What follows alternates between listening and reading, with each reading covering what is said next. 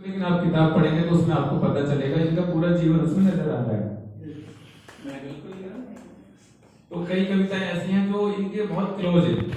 हम जब शायरी करते हैं, हम जब कविता कहते हैं तो हमारी जो नजदीक चीजें होती हैं हम उनको शायरी या कविता में डालते हैं। तो मैंने जब ये किताब पढ़ी, कई कविताएं ऐसी हैं जो जिसमें आपको मर्म, आपको दर्द, आपको दुख, आपको कहीं खुशी भी दिखेगी। उसमें भी ये खुश है, हर हालात में ये खुश है। आज जहां पर है ये उसमें खुश है। आज बेटा इनका है, बेटा बड़ा हो गया है, बेटा को इन्होंने पाला है, बड़ा किया है, उसमें भी खुश है। तो आप जब ये किताब पढ़ेंगे तो आपको कई कविताएं ऐसे लगेंगी जैसे आपसे भी कहीं ना कहीं वो कनेक्ट है, जुड़ी हुई है। तो मैं आप सभी से अनुरोध करता हूँ आप जरूर पढ़ें और आप इनको शुभकामनाएं बढ़ाएं। बहुत बहुत धन्यवाद। बहुत बहुत धन्यवाद राम जी। अब मैं डॉक्टर अशोक सम्राट जी से अनुरोध करूंगा कि वो दो शब्द।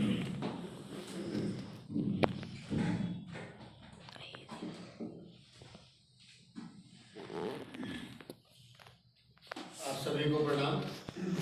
सबसे पहले तो पूनम जी आपको आपकी नई पुस्तक की बहुत बहुत बधाई। अनकहे भाव। अब जब अनकहे भाव हम टाइटल पढ़ते हैं तो मुझे तो ये नहीं लगता कि अनकहे क्यों है। फिर ये जब भाव हमने कह ही दिए तो मगर एक जैसे कहते हैं ना कि थोड़ा सा आश्चर्य भी होना चाहिए। हाँ, तो नहीं मतलब कि जैसे फिल्म में होता है ना कि रोमांच होना चाहिए, एंड में क्या होगा, तो मतलब एक सस्पेंस टाइप का होना चाहिए। तो अनकहे भाव ये शायद अनकहे नहीं है, जो कह रहे हैं उनको कहना चाह रही है, लेकिन क्योंकि इनकी स्मृति में वो पहले से थे, कहीं बसे हुए थे या तो इसलिए अनकहे रहे थे। इन्होंने सोचा कि शायद इसको तो कह नहीं पाए, यही भाव दे देती हूँ मैं तो ज्यादा शिक्षक। मुझे लग रहा है कि आपने यही सोच के रखा होगा। पर निसंदेह पुस्तक प्रकाशित करना आसान काम है भी नहीं। इसमें श्रम भी चाहिए, पैसा भी चाहिए, और वो जो मतलब हम चाहते हैं उसको कैसे ढालना है। और जो मेरी जो बात है, जिस तरह से मैं सोचता हूँ, मतलब कोई भी लेखक सोचता है, क्या मैं उसी तरह से सामने वाले को या पाठक के पास पहुंचा पाया हूँ या नहीं। उसमें मुझे लग रहा है कि जहाँ तक रामश्याम जी ने इसको पूरे डिस्क्राइब किया, मैंने भी 2-3 दिन पहले एक PDF मुझे मिला था तो कह रहे थे कि देख लेना। तो मैं खैर पूरी तो नहीं पढ़ पाया, पर मुझे जहाँ तक बात है इनकी, हम सब तो उन चीज़ों को बारीकी से देख करके लिख पाते हैं, वो शायद अच्छा भी लगता है। मुझे लग रहा है कि मैं ये सोचता हूँ कि जब कवि को ये कहा जाता है कि जहाँ ना पहुँचे रवि वहाँ पहुँचे कवि, तो ठीक है वहाँ पहुँच सकता है, लेकिन कल्पना का भी एक अपना एंड होता है। अब हम कितना मतलब कितने उपमाएं कितनी दे सकते हैं, ये जरूरी नहीं है, लेकिन जो आसपास में जो हमें चीजें दिखती हैं तो वो हमको लगता है कि शायद ये मेरी अपनी है। कि पिछली गली का बनवारी, ऐसे जब मतलब कुछ भी कह के लिखोगे, याद है वो पिछली गली का पटवारी चुपके से मार गए और पिचकारी तो खेल गया मेरे संग होरिया से। अब कहीं ना कहीं हमको लगेगा कि वही है जो छेड़ा करता था पहले। कल्पना इसमें भी क्या है, रंगों में भी कल्पना डालते रहिए फिर कुछ। तो मुझे लगा जैसे इनके शीर्षक है कि मत कहाते हैं इतिहास रचो, चाह पुत्र की मेहमान सी खुशियां, अमरनाथ अविनाशी, जीवन का हर पाठियां, प्रीत में प्रिय आतिशबाजियां, इम्तिहान घड़ी की, परिधान की पहचान, बाकी सारी जितने भी मन की व्यथा, अनुभूति, भारत की बेटी, अपनों की खोज, मेरे देश की मिट्टी। अब मैंने इनमें से जब 2-3 कविताएं मतलब देखी तो मुझे लगा कि ये शायद इन्होंने आज के मामले के हिसाब से ठीक लिखी है। सबसे पहले तो थी, हाँ चलो मैं इसी को करता हूँ, ये दुष्टता, एक इन्होंने टाइटल दिया है इसको कि सती का रावण अच्छा था, वो जैसा था वैसा ही दिखता था, पर ये कलयुग का रावण शातिर है, अंदर से कुछ है। क्या बात है, कि वो रिश्ते आयु का ना मान करे, हर कन्या संग वो पाप करे, कभी नजर तो कभी वचन से और कभी अश्लील कृत्यों से, कहीं छीने आन कहीं लूटे मान और कभी लेते प्राण, रावण तुम फिर भी अच्छे थे, अपनी जुबान के पक्के थे। एक बहुत सुंदर एक जो कविता मुझे मतलब अच्छी सी लगी कि काश ऐसा हो जाए, इनको इन्होंने टाइटल दिया है शहर पर जाएंगे, कि काश ऐसा हो जाए कोविड के जैसा कोई वायरस फोनों में भी आ जाए। अब मुझे लग रहा है कि देखिए वायरस कोई भी आए, लेकिन कोई भी वायरस इतना शक्तिशाली नहीं हो सकता कि हमसे फोन छीन ले। ये तो मैं दावे के साथ कह रहा हूँ। नहीं, बच्चों में लग सकता है, सारे काम बच्चों पे ही हो सकते हैं, बड़ों पे कोई नहीं हो सकता। बच्चों पे लग गया, पर बच्चे भी पापा के आईडी से लॉगिन कर लेते हैं। और देखिए क्या हो गया? देखिए क्या होता है कि चीजें जब आती हैं, हम टेक्नोलॉजी की बात करें, हमने मोबाइल फोन को बदनाम कर रखा है, फोन को हमने बदनाम किया हुआ है, जबकि हम जितना फोन से काम ले सकते हैं हमें उतना लेना चाहिए। फोन क्या है, टेक्नोलॉजी का अपग्रेडेशन है। आपको हर चीज अब देखिए, वहां से आना है, कौन सी गाड़ी वो पकड़ना है, कौन से स्टेशन पे उतरना है, इन्होंने वो डाल दिया, क्या नाम है, लोकेशन। आराम से बैठिए, लगाइए, चल दीजिए, किसी से पूछने की आवश्यकता ही नहीं है। ये तो सिंपल सी बात है। एक अभी कोई फोन करेगा मुझे, मान लीजिए बच्चे परिवार में से कोई भी करता है कि पापा मैं सामान ले रहा हूँ, पैसे नहीं है, ले बेटा QR कोड दे दो, कर दी पेमेंट। कितनी आसान है। अब यदि हमको बुराई ढूंढनी है, हम अपनी बुराई एक्चुअली थोपते हैं मोबाइल फोन पर।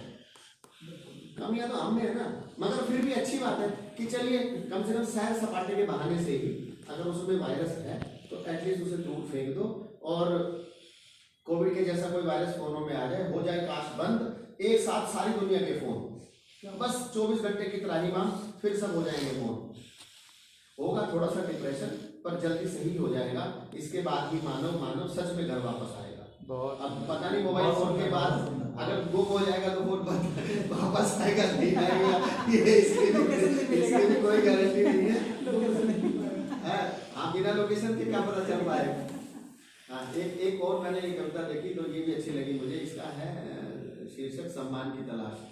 कि मैं तलाश में हूँ वो सुकून जो गर्म रेत पर पहली बरखा से मिले, जो उस मिट्टी की खुशबू से मिले, सावन की ठंडी फुहारों से मिले, आंगन में कागज की नाव चलाने से मिले। मैं तलाश में हूँ वो सुकून जो माँ के दुलार सा हो, पिता के साथ सा हो, प्रीतम की पहली नजर सा हो, परीक्षा के परिणाम सा हो, पति से मिले सम्मान सा हो। बहुत सुंदर। मैं तलाश में हूँ वो सुकून जो एक स्त्री के माँ बनने से मिले, शिशु को प्रथम दूध पिलाने से मिले, तुतलाती आवाज में माँ सुन के मिले, बच्चे को सफल इंसान बना के मिले। मैं तलाश में हूँ वो सुकून जो ढलती उम्र में पति के साथ मिले, औलाद के सम्मान प्यार से मिले, अंतिम क्षणों में प्रभु के ध्यान से। बहुत सुंदर, बहुत सुंदर, बहुत सुंदर। बहुत शुभकामनाएं आपको और आपकी यात्रा सफल हो, हम यही चाहते हैं। ठीक है, अभी आपने शुरुआत की है या इससे पहले भी आप कर चुके हैं, लेकिन आप भी जानते हैं, हम सभी जानते हैं कि कभी कभी मुकम्मल हो ही नहीं सकता। कभी वो ये कहते कि आज मैंने अपनी यात्रा पूरी कर ली, वो चाहे यात्रा में व्यवधान हो, कुछ भी हो, वो कभी का काम ही ऐसा है। और नित्य प्रतिदिन हमारे पास हमारे सामने समस्याएं कह लो या कुछ भी कह लो, वो हमें जैसे कहते हैं ना मटेरियल, वो मिलता रहता है। बस कलम हमें चलाने की केवल जरूरत पड़ती है। तो बहुत बहुत शुभकामनाएं आपको। बहुत बहुत धन्यवाद। मैं स्वाति गोयल जी को आमंत्रित करता हूँ, वो 2 शब्द कहें।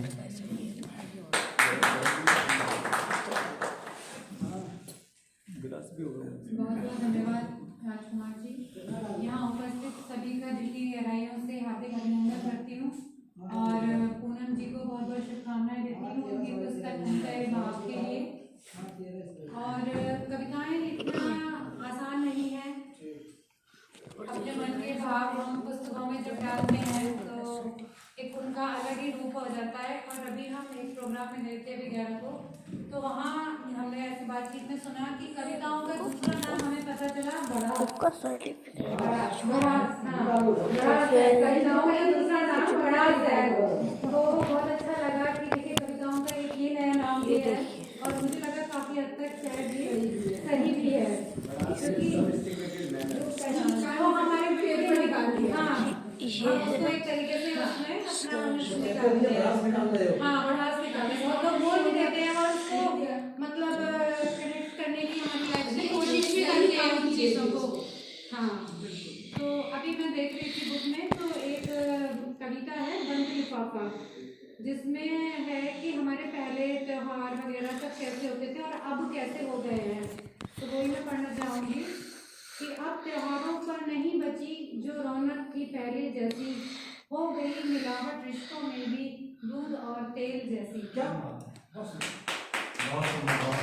पर बहनों का आना कारण खुशियों का होता था, भाई का बहनों को चढ़ाना चहके घर आंगन सारा था।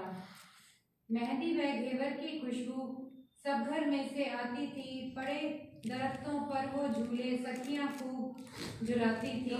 बहुत सुंदर, बहुत सुंदर, बहुत बहुत सुंदर। अच्छी है कविता। चाची, दादी, अम्मा, बुआ मिलकर मंगल गाती थी, पेट भरा होने पर भी प्रेम से और खिलाती थी।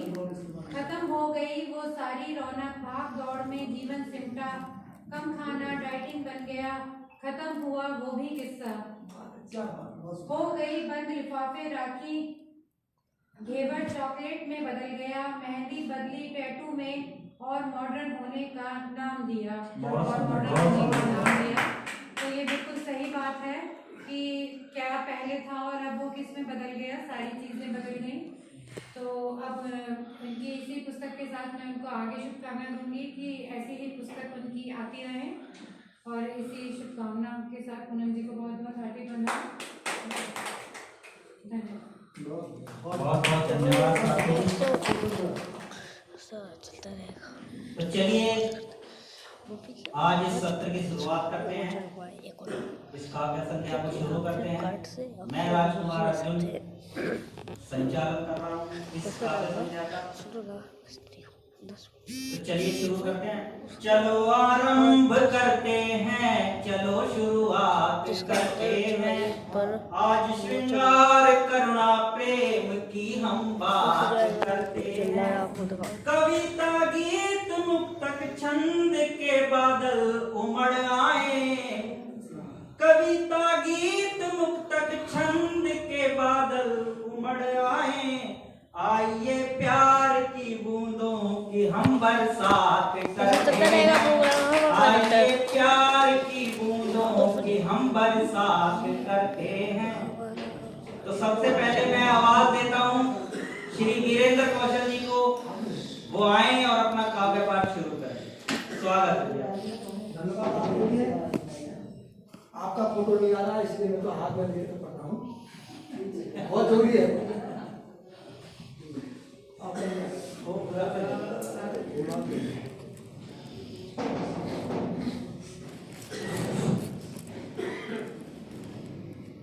धन्यवाद आपके लिए, बहुत बहुत धन्यवाद राजकुमार जी। मेरी तरफ से अनकय भाव जो किताब है पूनम जी की, हार्दिक बधाई, अनंत शुभकामनाएं मेरी तरफ से उनके लिए। इसके बाद मैं अपना काव्य पाठ सुनाता हूँ। हवा पानी शुद्ध ना मिले वो गांव क्या। गांव की बात थी उसमें कविता में। हवा पानी शुद्ध ना मिले वो गांव क्या, लोगों की उठा बैठी ना हो वो चौपाल क्या। गाड़ी बंगला पद प्रतिष्ठा भले ही हासिल कर दे। बहुत सुंदर। गाड़ी बंगला पद प्रतिष्ठा भले ही हासिल कर ले, जिसमें इंसानियत ना हो वो इंसान क्या। जिसमें इंसानियत ना हो वो इंसान। कविता शुरू करता हूँ। अलीगढ़ धाम मेरा सबको नमस्कार। अलीगढ़ धाम मेरा सबको नमस्कार। आया मैं मिटाने नफरत और द्वेष है। अलीगढ़ धाम मेरा सबको नमस्कार। आया मैं मिटाने नफरत